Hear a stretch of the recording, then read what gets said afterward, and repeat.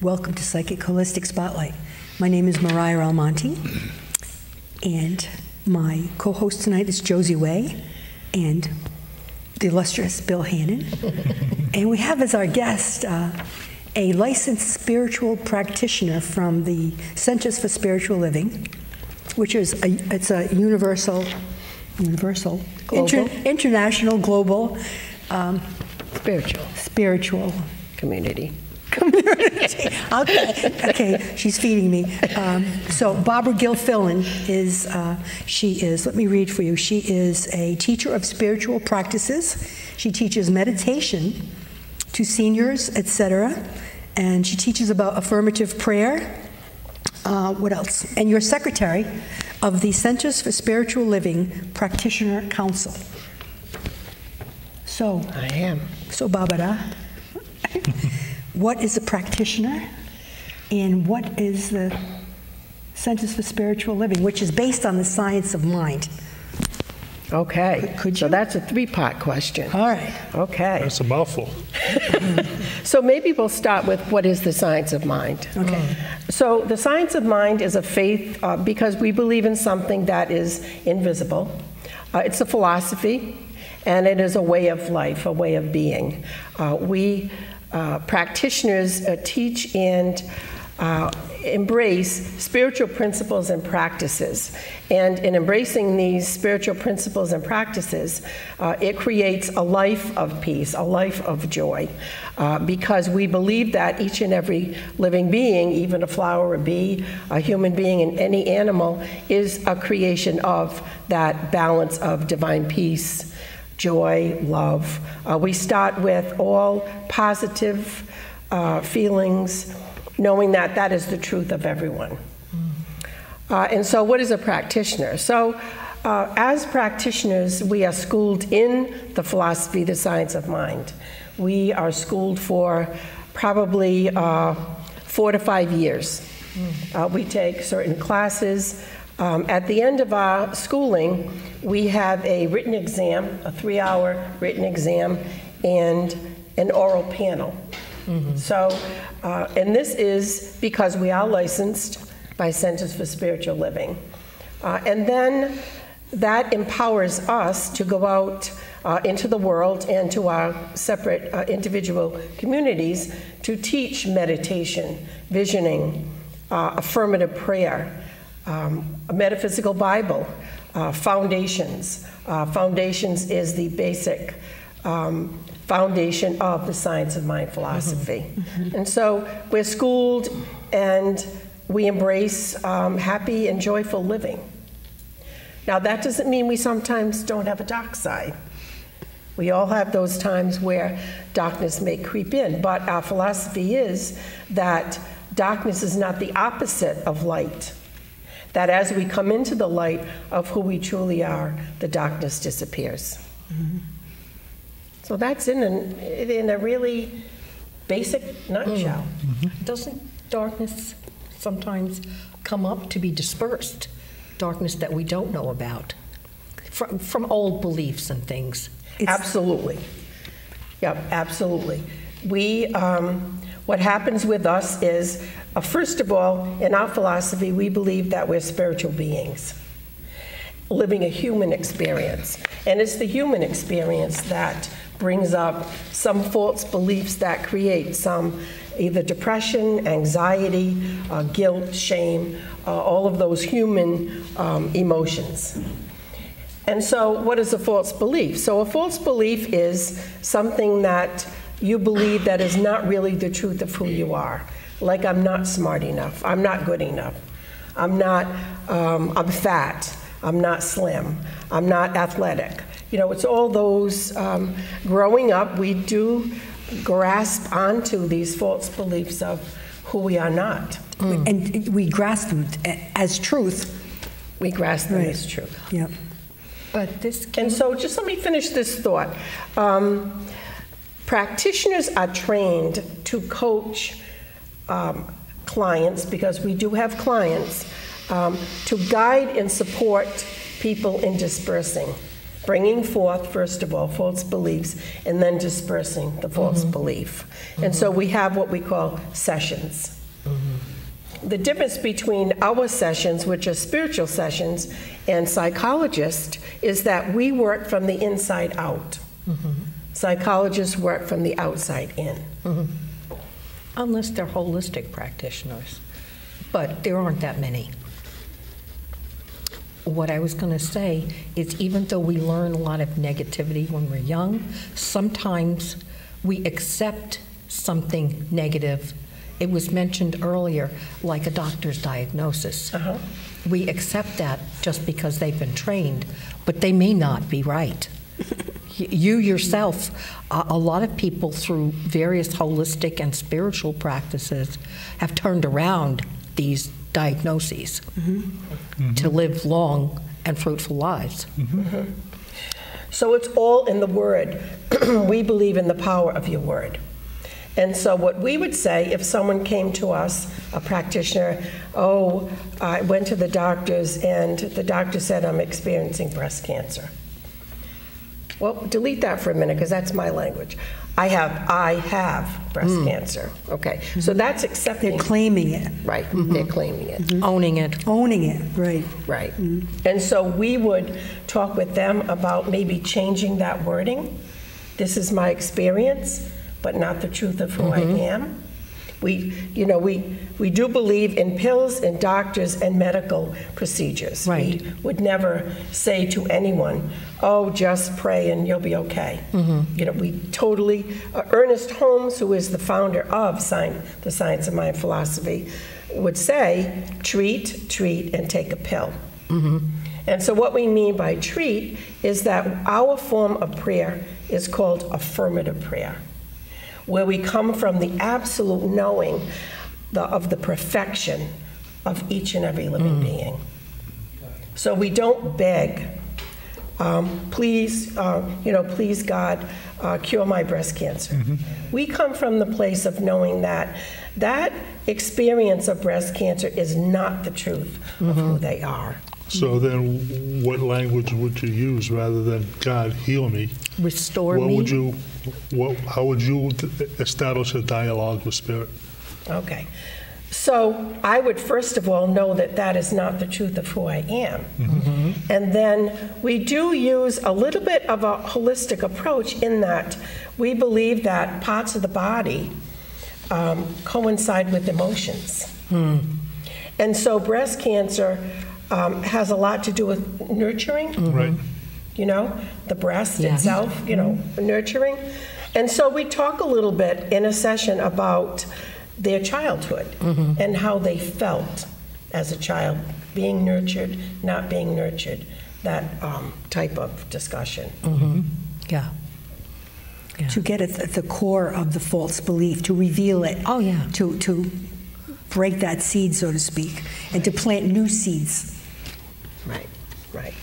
And so we also believe that there is nothing outside of us that is the truth of us, that what we have within us is that God-like principle, that God-like knowing. We know what to do. We just are caught hovering in our beliefs and not being able to uncover that false belief that's creating that experience. And we use the word experience. We don't use the word I have. A friend of mine does NLP, and she's very, very particular about words, especially the no's, what you can't do. That she's taught me to be very particular about stuff like that. Yeah. And it makes a difference. It makes a big difference. Because every word is a prayer. Yep. Every word has a thought behind it and a belief behind it and power behind it. So we don't use the word want because that signifies lack, because we're not lacking. And so if someone comes to a practitioner and they are experiencing breast cancer, first of all, the practitioner, number one, always knows that that person in front of them is perfect, whole and complete, no matter what they're experiencing.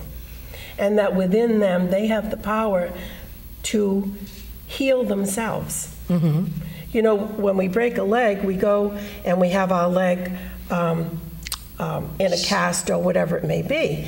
And then the body heals itself through knowing that, oh, okay, I have a cast on my leg, but I know it's healing day by day. So there's nothing outside of us that we need to heal us. It's just all right here. Everything is contained within. Yep. Yeah, right. And it's perfect because we emanate from the Father. We're individualizations of the One, whatever you call it, all that is, or Yahweh, or Buddha, whatever. Right. Yeah. Right. One distinction is this. We don't believe that God is that person sitting up on the cloud, you know, with the long beard and the cane and looking down.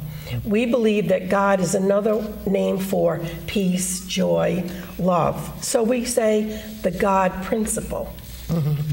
You know, so and that can be a big dilemma for people coming in from other religions and philosophies into New Thought, because it's scary for them. You know, they've been brought up with certain religions, and it's very scary to let go of that for them. And so with our classes, gradually, you know, we talk about that. And I mean, how nice is it to feel that within you is this peace, that you're never alone, ever alone. Right, and that you're good to begin with, not evil. You are you are good, and you come from good. And by correspondence, everyone else is good. Right. Everyone else is connected. Right, right. To that love and peace and goodness. They are. Another distinction is that, you know, affirmative, so can we talk a little bit about affirmative prayer? Please. Okay. So affirmative prayer is our, a positive prayer that we utilize to set the tone of a meeting, a service for a client in a session. And that consists of 5 steps. The purpose, first is the purpose statement. What am I praying? All of us.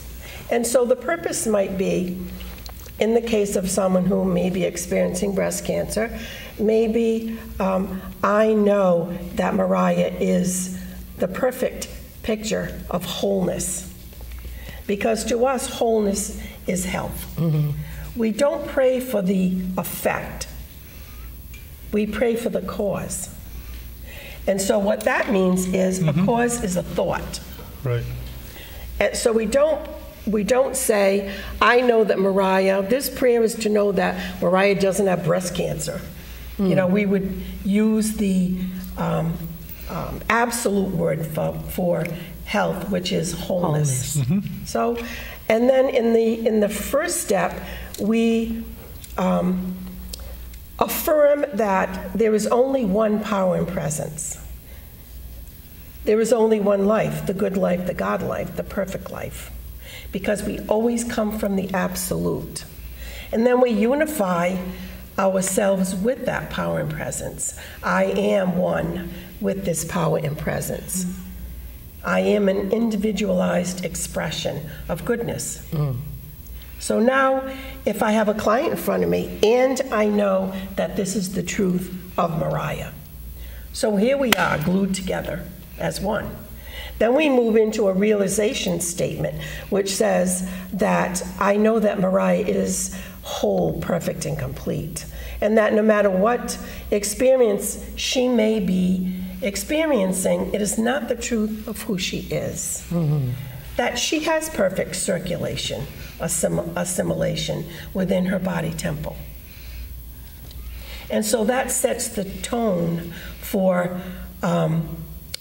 releasing any false belief and moving in the truth of her. And then we give thanks for the knowing this is the truth. And then we release that prayer, we release that thought, we release those words to the creative law, which is the energy of the universe around. We let it go and know that it's done.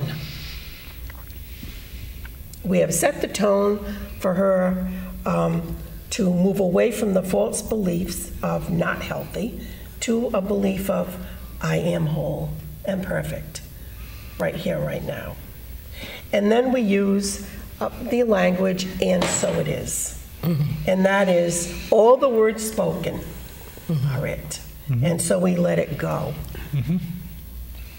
And there is an absolute knowing in the practitioner. There's an absolute knowing and a trust and faith that those words are manifesting, that is the truth. Right, right. So what happens is, and this is something that has been a little bit challenging for most of us who are practitioners, but I will speak from my experience. We may, if you are telling us a story, say, we'll use again Mariah, oh, I went to the doctors, I got a diagnosis, I have breast cancer, this and that. You might see a practitioner's eyes glaze over. And that is because we don't believe it. And so our consciousness are trained to go into, and what I use is, what is the truth I need to know now? In my mind, while I'm hearing this story, Sure. What is the truth I need to know now? And that is so that I remain in that state of consciousness to know that that story is not the truth of who she is. So yeah, we get glazed, you get a little glazed over, and it might appear to be a little bit cold or distant. But we're always there, we're listening, but we're not accepting that story. Right. And it gets, I'll tell you from a practitioner's standpoint, it gets a little, let's see, it gets a little bit old to hear the same story. And so we use things like, can I help you change that story? Do you want to affirm that? It's the story you just told me. Do you want to affirm that? Because words create energy. Oh, yeah, absolutely. You know? So we use different little key phrases to bring someone out of that story. And you Make them can- stop and think. Right, and you actually can change that story to saying that, like you started to say, the blood was moving, pure blood, and everything is pumping, and endocrine system and everything is working, and I've seen people change. Well, even with the first class, the practitioner, people change right before my eyes. Right before my eyes. That's what I was going to ask about. Experiences of your own or others where they were able to, I don't want to use the word overcome, but to Heal. release and heal from old beliefs and release experiences So that you're starting to haven't been beneficial. So you're starting to resonate with the truth rather than a thought pattern. Exactly. Right, like a that. pattern that's been gifted to you from the past. Yeah, right. Or you've created You yourself. created yourself, right? Right. Yeah. Right. And then there's race Because, consciousness. one of the things that, we all know, and understand and believe to some level is everything's just vibration. And we just resonate to health or discord. Right. That manifest in dis-ease or not being at ease. Yep. Yeah, so it's very interesting to hear you put it that way. Yep. Yep. I read an article recently about, and it said that we get attached easily to negative beliefs as opposed to positive beliefs, And so I read the article and I thought, but that is because we have those false beliefs. But we get a lot of help with these negative beliefs. Help. Media and all sorts of things. The books that sell are the sensational ones. The movies that show that we get a lot of negativity. Well, misery loves company. Yeah. Right? And it makes money, too, sometimes. It makes money. You have to cure with pills and... Right. Well, it makes people feel grateful that they're not stuck in some of those situations. But, I mean, by contrast. But there's so much negativity that's thrown at us. Yep. Yep. And that is when we sit and, well, I try not to watch the news a lot. But I don't. Yeah. But that is an opportunity to literally look at that TV and the people on the TV and move into affirmative prayer. Okay. You So know? how would you do that? Okay, so say the debate's on, Oh, right? So the debate's on, and you know, whatever, and you know, my boyfriend's talking, or my daughter, or whatever, and so I would simply just stare at the TV and know the truth that each one on that stage is a unique, individualized manifestation of goodness. And that no matter what their thought pattern is, no matter what policies they bring forth, that whatever it is for the highest good of this planet. You know, Ernest Holmes said that politicians will serve until the energy of the world says no more. Mm-hmm. And so what is the sense of screaming and yelling at your politician? Why not just send love to him? And when his or her time is over, it's over. Yeah. And someone else steps up to the plate. Well, I do that with drivers that cut me off.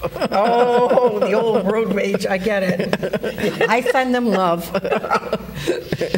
I get it. I try. That could be one of my dark sides. I wanted to say something else about the science of mind, that it doesn't try to change who you are, your religion.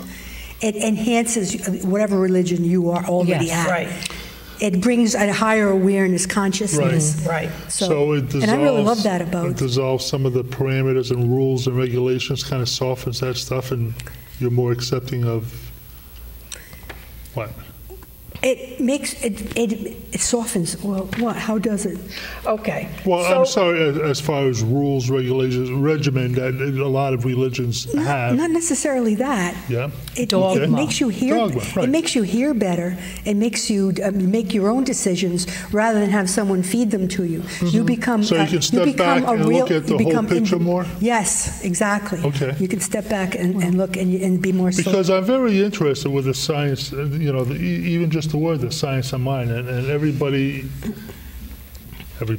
many people are focused on proof, on science, on, and I mean, just like I mentioned before about the vibration and how everything resonates and the firmness and you know, it's just interesting being able to use that word, science of mind, that phrase there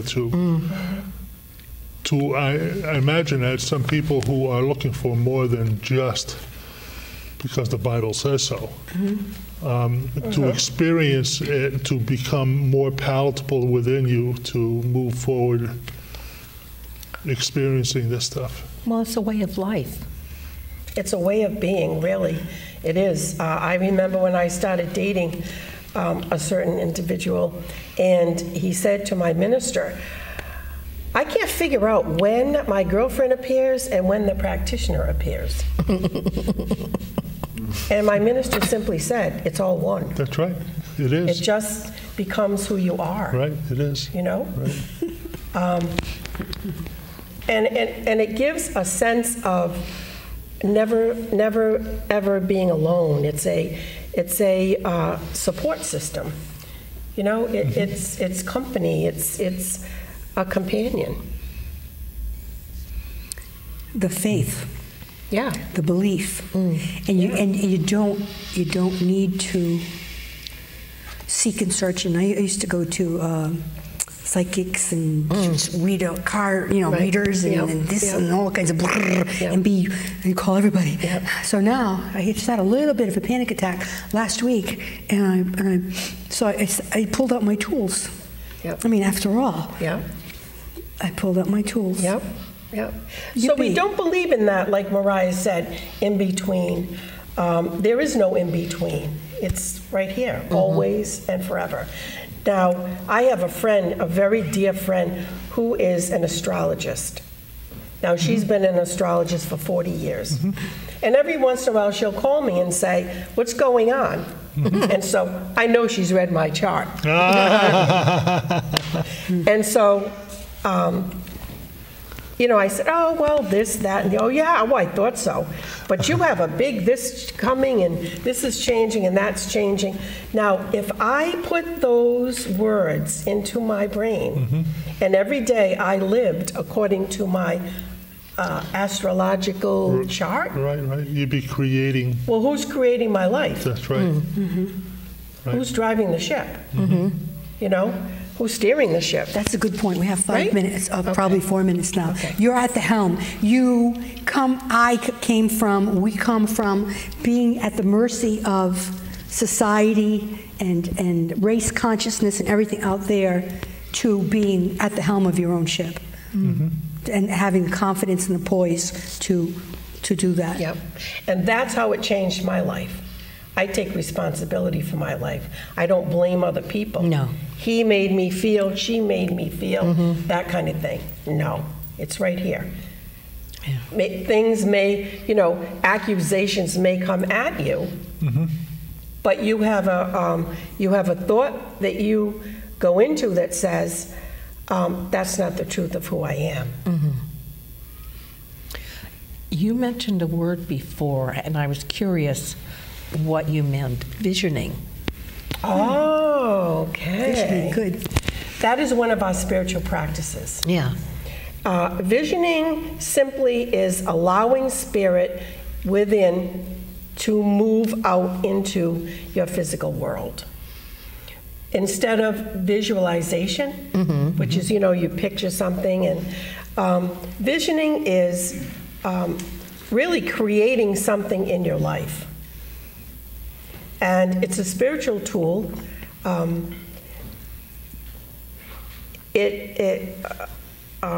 Meditation is also a spiritual tool. Okay. So, but meditation is quieting the mind, settling yourself down, listening, waiting for some instruction or receiving some instruction or whatever it is from spirit. Visioning works in this way, in that what is inside you comes out into your world. And so we take certain steps. There are 4, sometimes 5 steps in visioning. And what we ask questions, which may be, what is God's greatest idea of itself as my calling in life? Now remember, God isn't the God on the cloud. You're not asking. Right. And so you simply move into whatever comes through. It might be a word, it might be a vision, it might be a color, it might Diagram, a painting, whatever. Yep. And then you ask, what do I need to become? And it might be peaceful, joy, trusting, whatever it may be. And then the third question, what do I need to release? This sounds very valuable. Control, it's wonderful. It's wonderful. So meditation also is wonderful. I'm a meditation facilitator at the North Providence Library, at senior centers in the state, and that's another spiritual tool that we have, that we give out free. Right. Well, thank you. I mean, this is... That's wonderful. We have 1 more minute. Where can we contact you? You can contact me at concordiacsl.com. Concordia, that's Centers for Spirit. Yep. CONCORCIA Okay. CSL.com. And there's a center right here in Warwick, Rhode Island. Very Excellent. convenient. Excellent. That's very good to know. So So go just forth. Go forth and manifest. Go forth and manifest, right? And Go manifest the know good within. there is a way out of whatever we're into. So I'd like to Right. thank you very much. There is a way out. Yeah. Okay. Yes. And step by step. So thank you very much, Barbara Gilfillan, and thank you for watching Psychic Holistic Spotlight. Yeah, that's right.